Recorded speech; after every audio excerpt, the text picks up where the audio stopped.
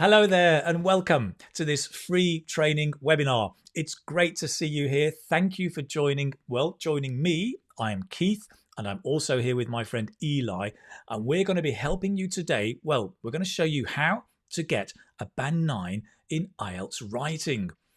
Very exciting. Now, probably you have already watched the video which shows you it's about IELTS writing, the masterclass, what the examiner is looking for. If you haven't seen that, there is a link down below and you can go and click there and watch that later. But today we're very excited to tell you about, well, how to get a Band 9 in IELTS writing. Just a quick word before we begin. This is not a live session. Although it feels live, it's actually recorded. But you can still interact with us. There are different polls and handouts we'll give you. And also, if you do have any questions, do write them in the chat below. And either myself or Eli will get back to you by email and give you an answer. So please, even though we're not here with you now, you can ask us questions in the chat. Right, good. Well, without any further ado, I'm going to introduce you to my friend Eli. Here we go. Hello. Hello, Keith. Thank you very much for having me. Oh, it's absolute pleasure. It's great to be here with you again. Now, you and I have collaborated in different ways. I focus very much on the speaking, right, for IELTS speaking.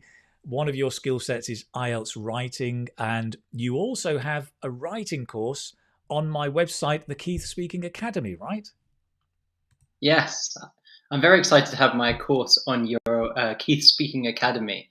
So it's a complete IELTS writing course that looks at how to get a high score for both the academic and general IELTS writing test. And what we're going to do today is look at some of the contents of that course and look at how we can get a very high score in our IELTS writing. Right, exactly. I mean, we talk about a Band 9, but, you know, this applies for people going for Band 8, even Band 7, right? It's to give them the objective of how to get a Band 9 is kind of the top level. Exactly. It's basically what people can aspire to, what it is when examiners are looking at your writing, and what would be the kind of highest score that you can achieve? What would the perfect essay be like? That's what we'll be looking at today. Right, exactly. So just to recap there, what we'll do today for everybody is we will go through briefly, we will look again at the last session where, well, the video before about what the examiner's looking for. So we'll recap some of that, the IELTS writing masterclass. We'll show you through a model Band 9 essay, Band 8, Band 9, how you can apply and how those criteria work. And also at the end, we're going to be giving a checklist, a kind of a PDF checklist. Tell us more about that, Eli. Right, so this is a PDF checklist that we're going to give you to download, and it's going to help you with some considerations before you write your essays, and then also when you're looking over your essays to make sure that you're doing everything required to get a high score in your IELTS writing test. Excellent. That sounds very exciting. So let's get cracking. Let's get into it. How about we start with that kind of recap of some of the key criteria of how IELTS writing is assessed? Great idea. So we basically, when we write our essays, examiners are going to be evaluating those essays on 4 criteria. The first one, which you see there as TA, is task achievement, and also called task response sometimes. We've got CC, which is coherence and cohesion, GR, which is grammatical range and accuracy, and then lexical resource is the final one, which looks at vocabulary. So let's look at them in a bit more detail. So could we look at task achievement first? Sure. Okay, so you can see that there are 4 things that the examiner is going to be looking at. And the first one is obvious. Have you written enough words? So you need to write more than 250 words in task 2. If you write less, you're going to get a much lower score. The next thing they're going to be looking at is, are your ideas relevant? So, are your ideas relevant to the question? Also, when it comes to your ideas, have you written loads and loads of ideas and not developed them? Or have you written fewer ideas but with a higher level of development and maybe even examples as well? And then finally, the examiner is going to be checking to make sure that you have a clear position throughout your essay. And in IELTS, a clear position means that you have a clear opinion. So, for example, in your introduction and conclusion as well. That's a very good thing. I was going to ask because position sounds like you're at the front, at the back, but it just means your opinion, right? That's right. Yeah, often you have to kind of take the IELTS band descriptor jargon and then put it into other words to fully understand it. So when examiners or teachers talk about position, what they're talking about is your opinions. And a quick question, when you talk about the number of ideas, how many ideas should I have? Well, it's going to depend on your essay structure, but you actually don't need that many ideas for IELTS essays. Usually just between 2 to 4 ideas will be enough. The important thing for those high scores is that those ideas are well developed, and we're going to be talking about that in a bit more detail later on. Right. Next, we have coherence and cohesion, and this refers to the organization of your essay. So what will an examiner be looking at? Well, first of all, they're going to be looking at the progression of your ideas. So do you have an introduction? Do you have separate body paragraphs? And what's in those body paragraphs? For example, have you tried to cram in as many ideas as possible? Or does each paragraph have a clear central topic? Now, they're also going to be looking out for those linking words. So words like however, furthermore, for example. And then also they're looking for referencing, which refers to how we use pronouns like they and them. And finally, paraphrasing as well, which is your ability to take the question and write it in your own words. Fantastic. Let's move on. Next, we have lexical resource, which again is the IELTS jargon for vocabulary. So the examiner is going to be looking at the range of vocabulary that you have. So for example, can you use different words to mean the same thing? Do you have any content-specific vocabulary? Do you use synonyms? And then on top of that, they're also going to be looking at the accuracy of your vocabulary. So have you put that word in the correct form? And is it the best word to describe what it is that you want to describe in your essay? And then the final thing, which annoys a lot of students, is yes, spelling is important. If you make spelling mistakes, you will get a lower score for lexical resource. Great. So we've looked at task achievement, coherence, vocabulary. What's the last one? It will be grammatical range and accuracy. And there it is. So yes, the range of structures that you use, for example, can you use the passive form, conditional forms, defining relative clauses? And then on top of that, can you use these forms accurately? So the examiner is looking for the variety of structures that you use as part of range, and then the accuracy of those structures. And then finally, punctuation as well, which is those commas, full stops, capital letters, colons, and semicolons. It's interesting, Eli. What is kind of the most common mistake that you see in writing, either when it comes to grammar or punctuation? So, in terms of punctuation, commas always cause a lot of difficulty for students. Usually forgetting commas. Although you do also get some people that go, okay, I'm going to put commas everywhere because I don't want to forget them. And then they have too many commas. So certainly commas cause a lot of problems. But actually, well, I think in my opinion, one of the main reasons why students don't get their desired band score is actually for the accuracy of grammar. So having a wide range of grammatical structures is often achieved by students, but can they use those structures accurately? And what we often find is students will do things like forget articles or make mistakes with subject-verb agreement, Would you say that that's similar when it comes to the speaking test, Keith? I was just thinking about that because in the speaking test, those are absolutely, that's the big problem, is that a lot of students kind of know the grammar up here, but when they speak, it doesn't quite come out correctly and they make mistakes. One of the most common is the missing of the S with he or she or it, right? My sister go to the park every day instead of my sister goes to the park. So that subject and verb agreement is often, yeah, problematic. And it's Nice. something that people have to pay attention to, but it's also quite difficult because sometimes you make those mistakes and then you make them so many times that they become fossilized. Yeah. So it's always worth having someone to help you, especially when it comes to accuracy. Yeah.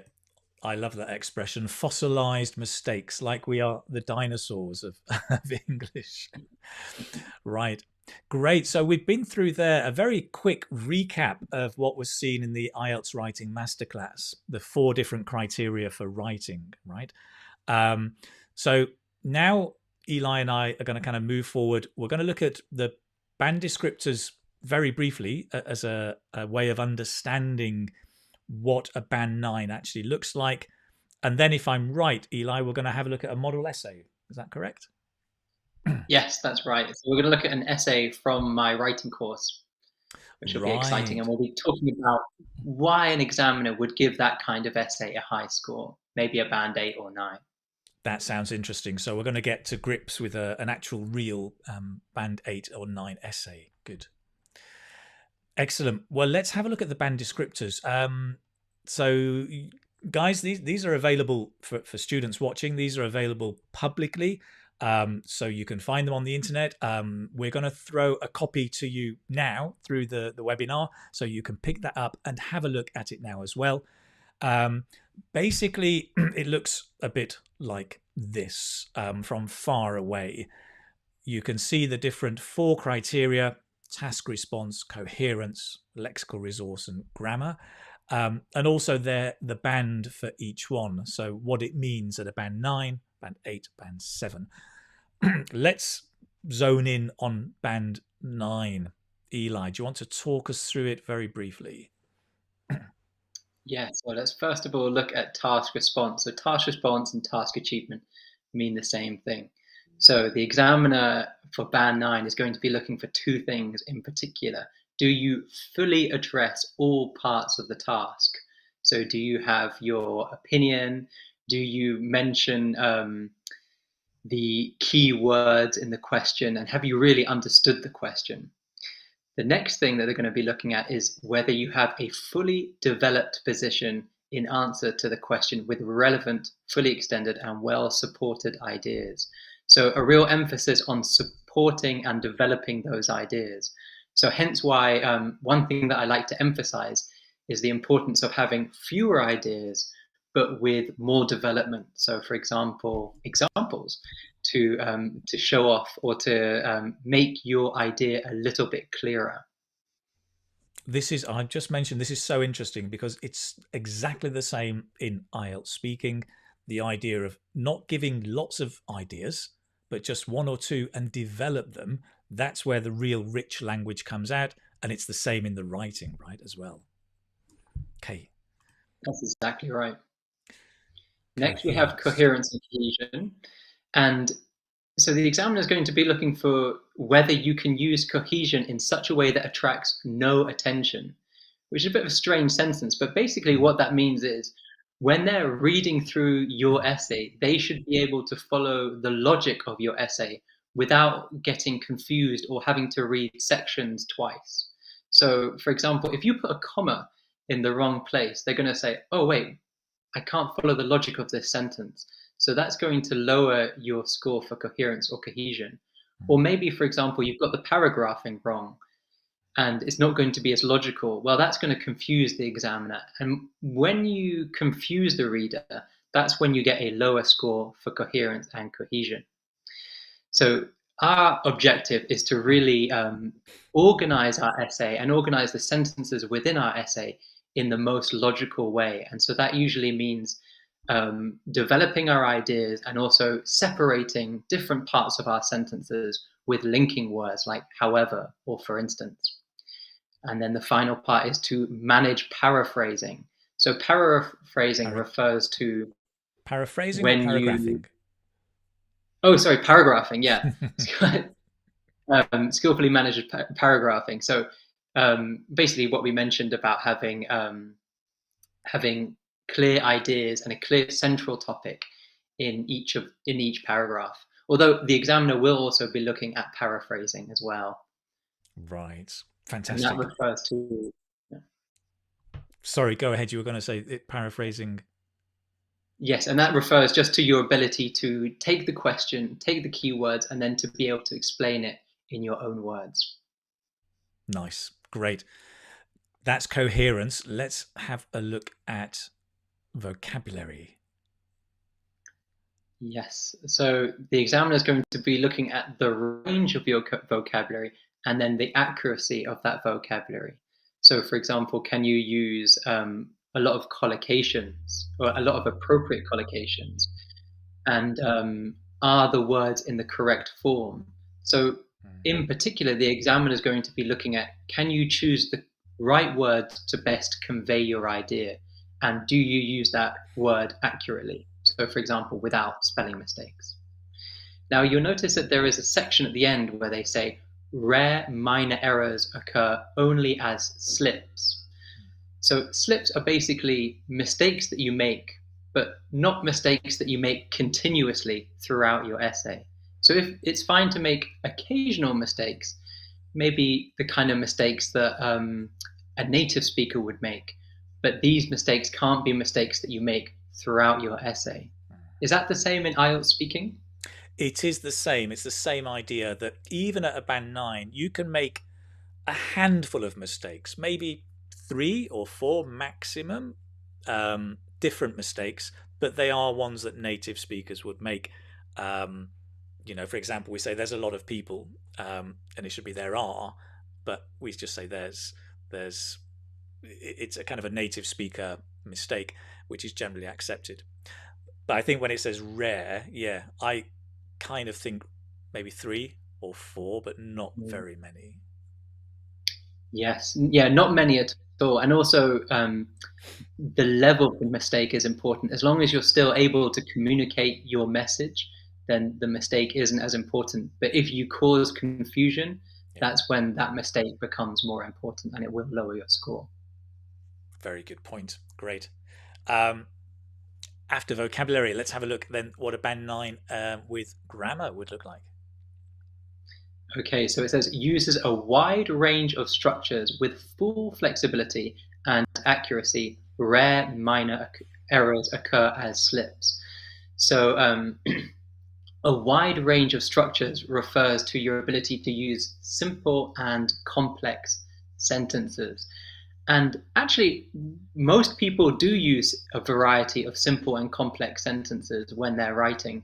I don't think it's the kind of thing that you should focus on necessarily. You shouldn't say, I want to use complex sentences throughout my essay, because a lot of the time when you're naturally developing your ideas, you're going to use the right grammar and you're going to use complex sentences to describe those ideas. So the examiner is going to be looking out for what kind of structures you use in your essay and whether you can use those structures accurately. Fantastic. Great. So that takes us through basically the band descriptors and what they mean. I guess a few students might be thinking it's quite abstract. What does that really mean in reality? And how can I see that in action? So, Eli, we're going to have a look at a model essay, right? And correct me if I'm not mistaken, but this is from your course, right? It's the IELTS writing course. Yes, this is from my course, the Complete IELTS Writing course, which is suitable for both academic and general IELTS students. And so it's called the Complete IELTS Writing course, Proven Methods for 7+ in IELTS Writing. And I'm very happy to say that this course has helped lots of students achieve their desired band score, including one student recently that got band 8, and a student a couple of weeks ago that even scored band 8.5 for their writing. So we haven't had a band 9 student. Perhaps that could be one of you watching this video right now. I'm very happy and very proud to say that this is a course that's helped many people to boost their IELTS writing. You could be the next Band 9 student. Yeah, absolutely. Love it. And if you are, certainly email Keith and I so we can find out. Yeah, absolutely. Yes, we'd like to find out more and share your inspiration, share your experience to inspire others. Um, Excellent. So this course, just to give people a clearer idea, before we look at the model essay, I'm going to show you where the model essay is, right, and where it comes from. So basically, if you don't know, my name is Keith, and I have this website called the Keith Speaking Academy, right?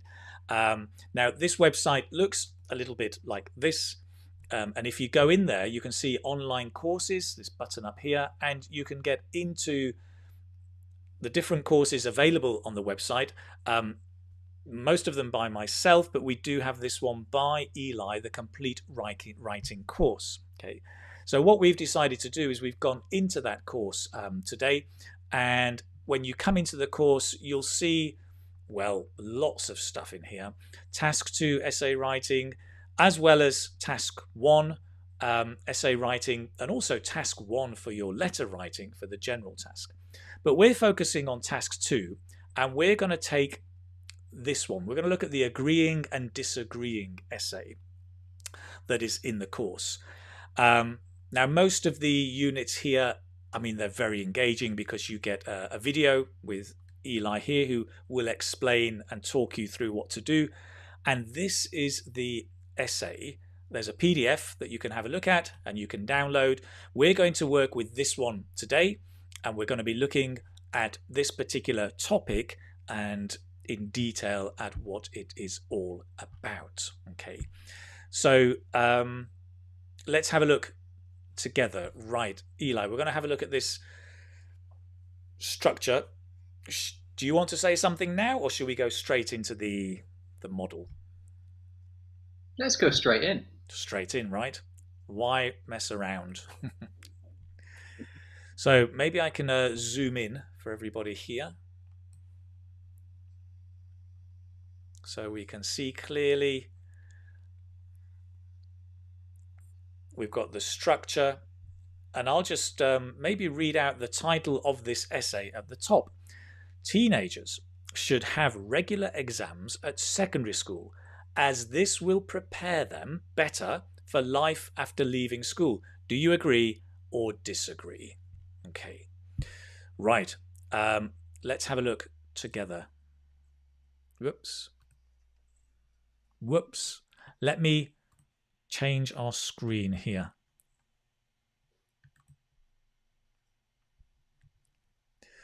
Bear with me. Here we go.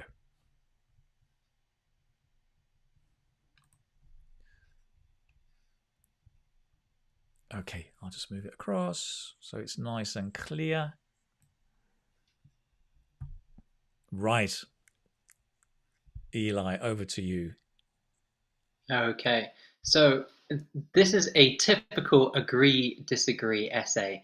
And what we found is these are actually the most common essay question types to appear in the IELTS writing test.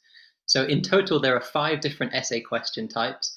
The agree disagree is by far the most common. Now, what we're going to do is look at an essay that follows the simple structure. So it's a structure where we either completely agree or completely disagree, and we back up our ideas, or we back our position with 2 ideas. So Keith, maybe you could start reading the essay, and I'll just describe a little bit about the purpose of each of the sections of the essay.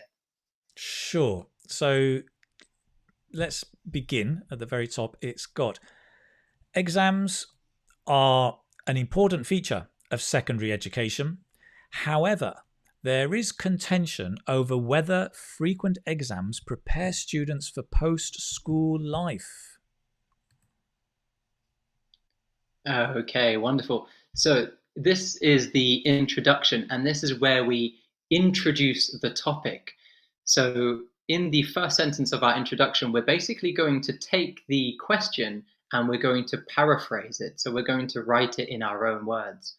So you'll notice, for example, that the question says things like high school. If you could just scroll up so we can see the question a second. So we've got, oh yeah, we've got secondary school. And in the first sentence of the introduction, we've paraphrased this, or we've used the synonym secondary education. So this shows the examiner that we can use paraphrasing, and there are more examples of this. In our introduction, we've written, however, there is contention over whether frequent exams. So frequent exams is a paraphrase of regular exams. So we're changing the wording here. And then finally, we say, prepare students for post-school life. Now, post-school life means the same thing as life after leaving school. So we're showing the examiner that we fully understand the question, but we can also write the question in our own words. And that's what we do in introducing the topic. Now, after that, we respond to the question. Keith, maybe you could take it away. I believe that teenagers should be given regular exams, as this will provide useful practice before they go on to being assessed in university, and also help develop a range of skills which are essential in the world of work. Okay, wonderful. So here in our introduction, we've responded to the question. So we're basically explaining what our position is. And one thing that you should definitely take away from this lesson is the importance of giving a clear position.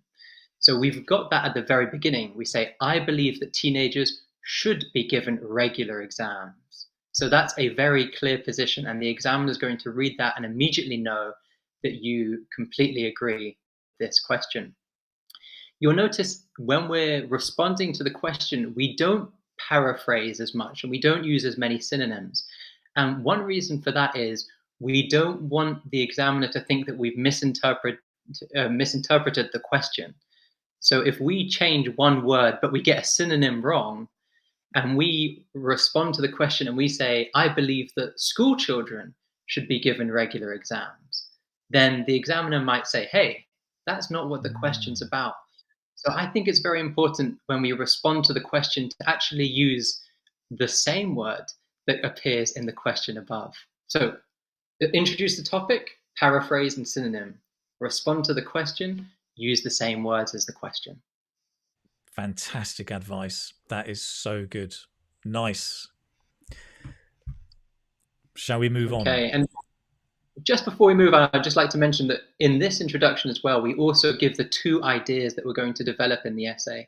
So we go on to talk about how teenagers will be assessed when they go to university after finishing school, and then how they develop a range of skills which are essential in the world of work.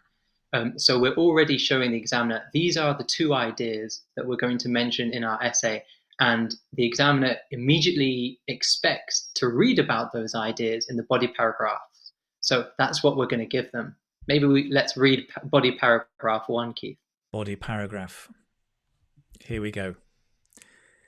Having frequent exams at high school ensures that teenagers have had ample examination practice before continuing to higher levels of education. Okay. So what you've seen there is a topic sentence. The first sentence of your paragraph should show the examiner what they're going to read about in this paragraph. It gives them a clear indication of what your idea is. So that's what we've got at the very beginning. And then, just as the examiner expects, we're going to go into more detail in this paragraph and explain that idea. So Keith, maybe you could take that away. Let me develop the idea. Okay. So, in further education, it is almost certain that students will be tested in one way or another. This may be practical. For example, a vocational course will require students to pass practical exams. Or academic. University students are evaluated on coursework type tests, formal end-of-year exams, or a combination of both. Okay, wonderful. So, yes, so this is where the idea is developed. And like I mentioned before, a very good way to develop your ideas is to use examples. Examiners love examples. So here, we're taking the idea that examination practice in high school can help you when you go to university. And we're saying that, well, regardless of which kind of course you do, having done exams in high school is going to help you. So that's our development. And then the final part of our paragraph is the link. Which is the following. Hence, exams at secondary school provide a foundation of experience which prepares teenagers for the tests they will encounter in further education. Wonderful. So this is the linking sentence, and basically it's a way of kind of summarizing idea and showing why our idea is relevant to the question we're being asked. So in some ways, it kind of mirrors the topic sentence above. Okay, now we would expect to see the same layout again in body paragraph 2, but developing a new idea.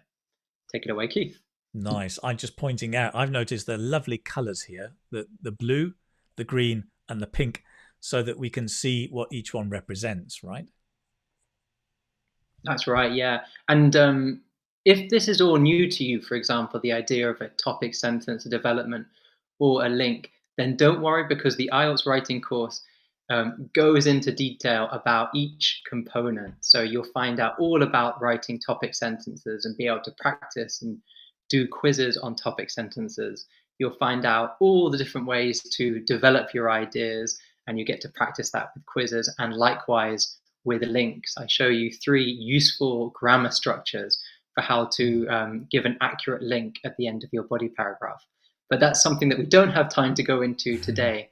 But I would certainly recommend that you have a look at before you go to do your test. Great. So I'm going to move into the paragraph, the next paragraph, and the topic sentence, right? Regular exams also push teenagers to develop a range of skills that are useful in the world of work. Okay, wonderful. Yeah, so immediately this topic sentence shows the examiner that we've left that last idea and we're starting a new idea. This paragraph is all about teenagers that need to or that develop certain skills for the world of work. So what kind of skills do they develop from doing regular exams in high school? Let And me so that's what we're going to talk about in our development. let me give you the development part. In further education, it is almost certain that students will be tested in. Oh, hang on a minute. Excuse me. Next one. Get the right paragraph. So we've had the introduction topic. Now, for example, taking an exam requires a student to plan, prepare, and perform in the test, thus developing time management capability, resilience, and the ability to deliver under pressure. These skills are invaluable in a professional setting where it is essential to be able to organize the workload and meet deadlines. Wonderful. Yes. So you'll notice in this development, there's also a lot of topic-specific vocabulary. So one thing that we talked about in lexical resource is do you have good collocations and do you have vocabulary to accurately describe your ideas and vocabulary that's relevant to the essay question? So when the examiner sees phrases like time management capability, resilience, and the ability to deliver under pressure, they're going to pick up on that language and say, yes, these are all useful vocabulary for talking about the topic of education. Nice. Very, very nice. How are your time management skills, Eli? My time management skills in general or in essay writing? In general. My time management skills are okay. I rely heavily on technology. As Mm, long as I've got my phone reminders and my Google Calendar, then my time management skills are okay. How about right. yours? Excellent. Good. So we've developed the ideas and then we move on to the linking. That's right. So maybe you could read the next sentence. Sure. The more exams that teenagers have in high school, the greater the opportunity to develop such skills. Hmm. Okay, wonderful. Yeah, so again, we're taking our ideas and we're linking it back to the essay question. And like I mentioned in the course, we kind of go through each of these components: the topic sentence, the development, and the link, and we look at some useful grammar for each part.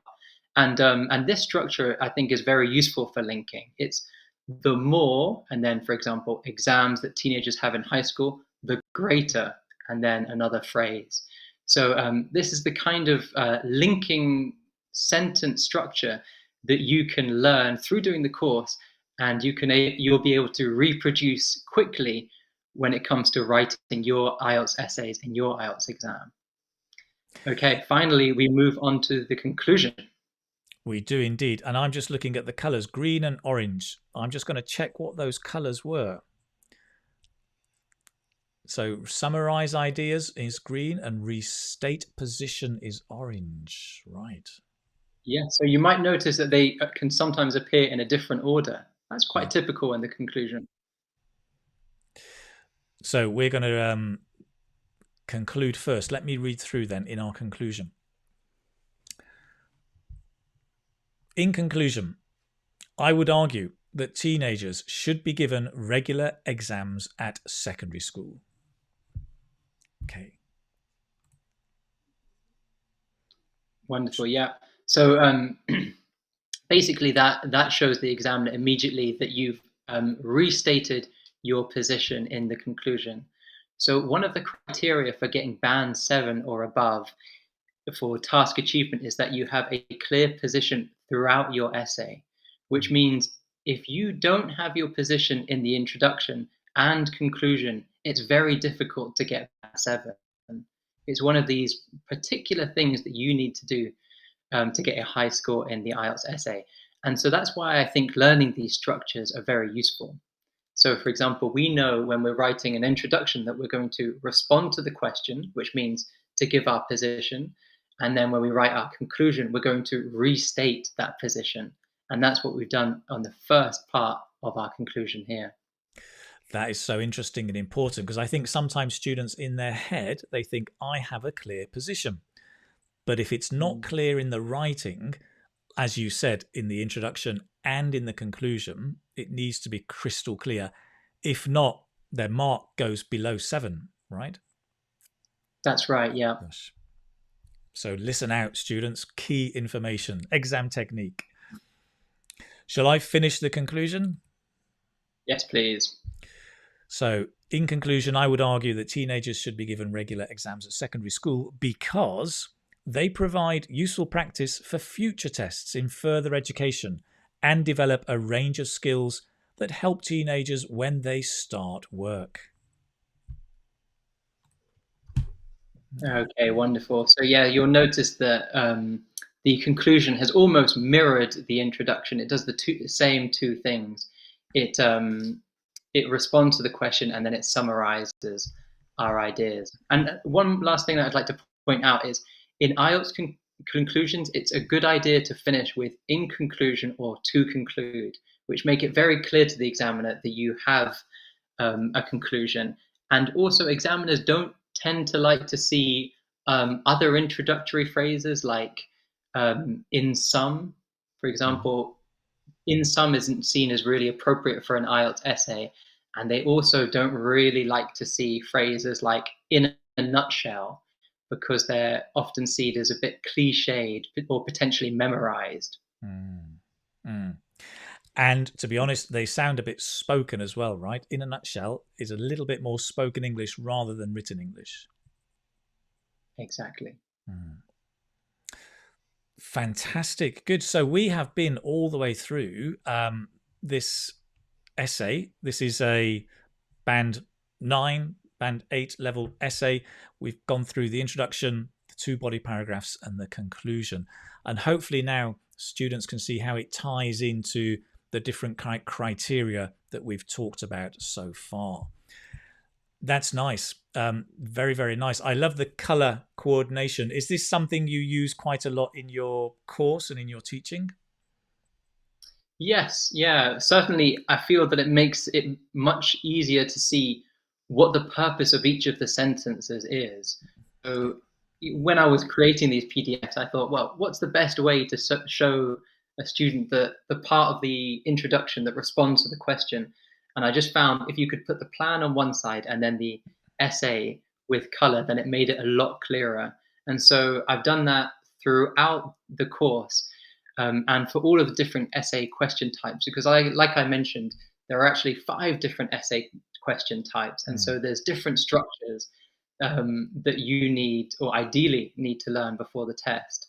And so if you can have that color coordinated, I find it's a lot easier to learn and remember those structures.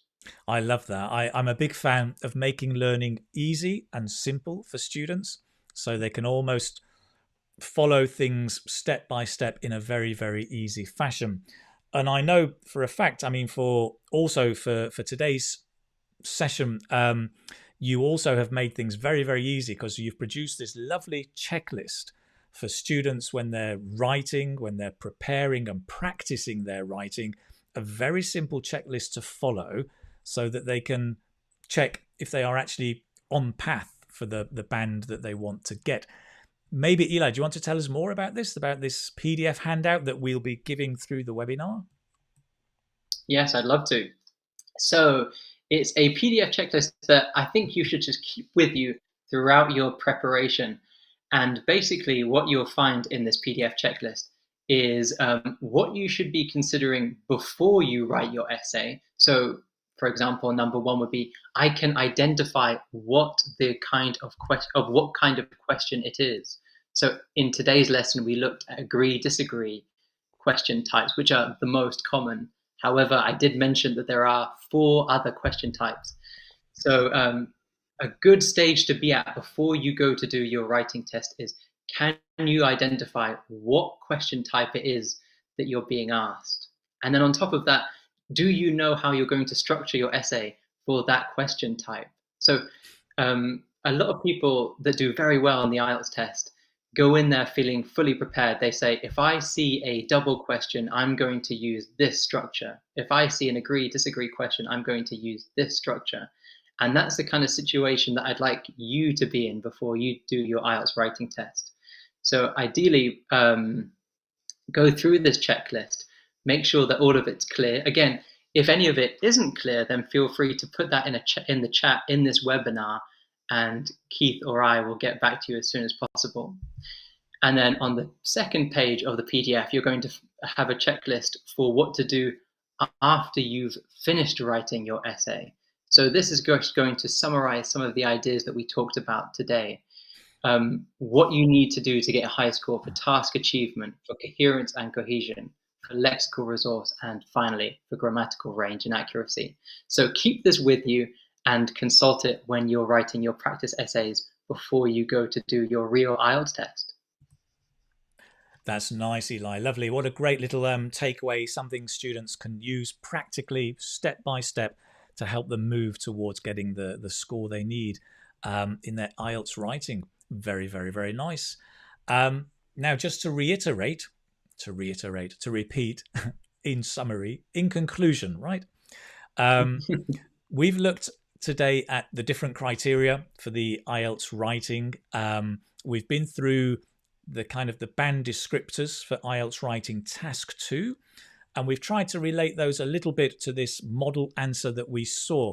Now, the model answer, as we mentioned at the start, this comes from the course that Eli has.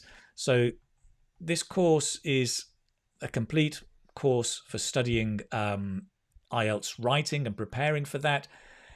If you want to find out more about this course, you can go to the website, the Keith Speaking Academy, up here. And it's on here. If you go to I'll just give you the full thing. It's the www.keithspeakingacademy.com. Click in the top right corner, online courses, and that will take you to the different courses in the website. And you'll find there Eli's course, Complete IELTS Writing Course. If you click on there, it then gives you information about the course. There's a video introducing it. You can find out what you'll be learning. You can even see the whole curriculum and see if it's useful for you, the kind of thing that you want. And then you can look at the price, find out a bit about Eli. And if you then choose to buy, you press the Buy Now button. And it takes you to a landing page where you are able to pay. It's at $27. Some countries like Spain have tax you may have to pay on top, but the basic price is $27. You can pay with PayPal or a credit card, an international credit card like Visa, MasterCard. Fill in the information and then press the buy button, and boom, you'll be taken straight into the course. It's a fantastic course. I mean, Eli and I have collaborated a bit on the design of the course, on putting it onto the website to engage learners and to make it fun and interesting. And as hopefully you've seen today, a very easy, simple steps to follow to really work on getting the score that you want, whether it's a band 7 or a band 9. Great, fantastic. That's exactly right. Because many people don't know this, but the average writing score is band 5.5, and it's actually considerably lower than all of the other skills. Reading and listening tend to be the highest, speaking tends to be in the middle, and then writing right down at the bottom. And my intention with this course is to reverse that and to really help people boost their writing and to get the scores that they need, whether it's to enter a new university or to travel abroad. That is so interesting. So worldwide, the average score is 5.5. Is the reason for that because writing is it's a difficult task because it's producing language, not just reading? Or is it more about exam technique? What do you think, Eli? I think it's a bit of both, to be honest. I would say that when it comes to having a generally high level of English, that's going to help you more, I think, with the speaking, the listening, and the reading test. Because I would say that in general, there's slightly less exam technique in those parts. Whereas in the writing test, like we mentioned, there's some things that you wouldn't necessarily expect, but can have a large impact on your score. So, you might have a very good level of English, but if you haven't got your position in the introduction, you're going to get a lower score. Or if you have a great level of English, but you don't realize the importance of separating your paragraphs, that's going to have a huge impact on your score. So it's very important to have a good level of English, but it's also important to know the ins and outs of the test, in my opinion. And hopefully that's what my course does. Very interesting. Whilst I've got you here, I've got a couple more questions for you whilst you're here. Practicing. When students sometimes do practice tests or mock tests when they're practicing their writing, how many practice essays do you think students should do before their test? Yeah, I mean, I basically go on anecdotal evidence for this. So one of my favorite things is to get an email sometimes on a Saturday morning from a student that's just got their desired score in the IELTS test. And recently I've been getting a lot of emails from students that be getting band 7, band 7.5, and even recently a student that got a band 8. And the one thing that they have in common is that they do a lot of practice essays before they go to do their test. Right. And one student, the one that got the band 8 last week, had some great advice. What she did was she'd take the essay question, and then she would just put that essay question into Google, and she would just read a lot about the topic even before she wrote her essay. So she'd read articles that she could find online and look at the vocabulary that these articles used, and also what ideas were found in these articles. And she basically did that every single day for a month. And so as a result, she wrote about 30 practice essays. But, the proof is in the pudding. She was able to get a band 8 at the end of it, which is just absolutely brilliant. The proof is in the pudding. Great expression. So true. I mean, it's all in the practice, right? The more you practice, the better you get. Um, I'm also curious with your online course, because students sometimes ask this, is how long does it take to follow the course? I know it's a self-access course, but how long would it take? I think it largely depends on the student's need. I wouldn't recommend trying to do it in any less than 1 week. Although Hmm. it has actually been done. I know one student got in contact with me and said that they found the course very useful because there are a lot of quizzes that test your understanding. Hmm. So what they would do is they would do the quizzes next to each lesson, and they found that if they found the quizzes particularly difficult, they would go and watch the video lessons in more detail. And if they found the quizzes very easy and they felt like they already had that knowledge or that know-how, then they would skip the video and move directly onto the lesson. So yes, it can be done in a week. I would suggest more like 1 month, 2 months, depending on how much time you can dedicate to your learning, because there's around 40 lessons in there. In fact, quite a few more, Yeah. if you include the task one as well. Yeah. So there's certainly a lot to get your teeth sunk into. That's very interesting. Great. It's very similar with the speaking courses. I would recommend at least 2 months, but there are students do it in a week. It is possible. It depends what your needs are, I guess. Mm. Great. That's fantastic. Well, I hope today that people watching will have a much clearer idea about what it needs or what they need to do to get a band 9 in IELTS writing. And also we'll have a clear idea about Eli's course and how that may help you towards achieving that goal. It's a very engaging, interactive course that will help you move developing your writing skills as well as the whole exam technique as well. Great. Eli, any closing comments before we finish up? Yes, just the last closing comment would be, don't leave your preparation to the last minute. I mentioned a student that managed to get through the course in a week. Keith, you and I will both know very well as teachers that going up, half a band is a rather large endeavor, and certainly going up one band is a big accomplishment. Yeah. And if that's what you're aiming to do, then give yourself enough time to do it. Absolutely. Golden advice. Lovely. Very, very nice. That's it. I'd like to say to everybody, thank you very much for watching. I hope this is a big help for you. Do remember that if you have any questions now, you can leave them in the chat. We will get back to you via email to answer your questions about IELTS writing, about the course, or anything at all you'd like to ask. Thank you so much, Eli. It's been a pleasure, as always, being here with you. Thank you very much. Yes, thank you very much, Keith, for having me. It was great fun. Great. And for you watching, thank you very much. Take care. Stay safe. Keep studying. Bye then. Bye-bye.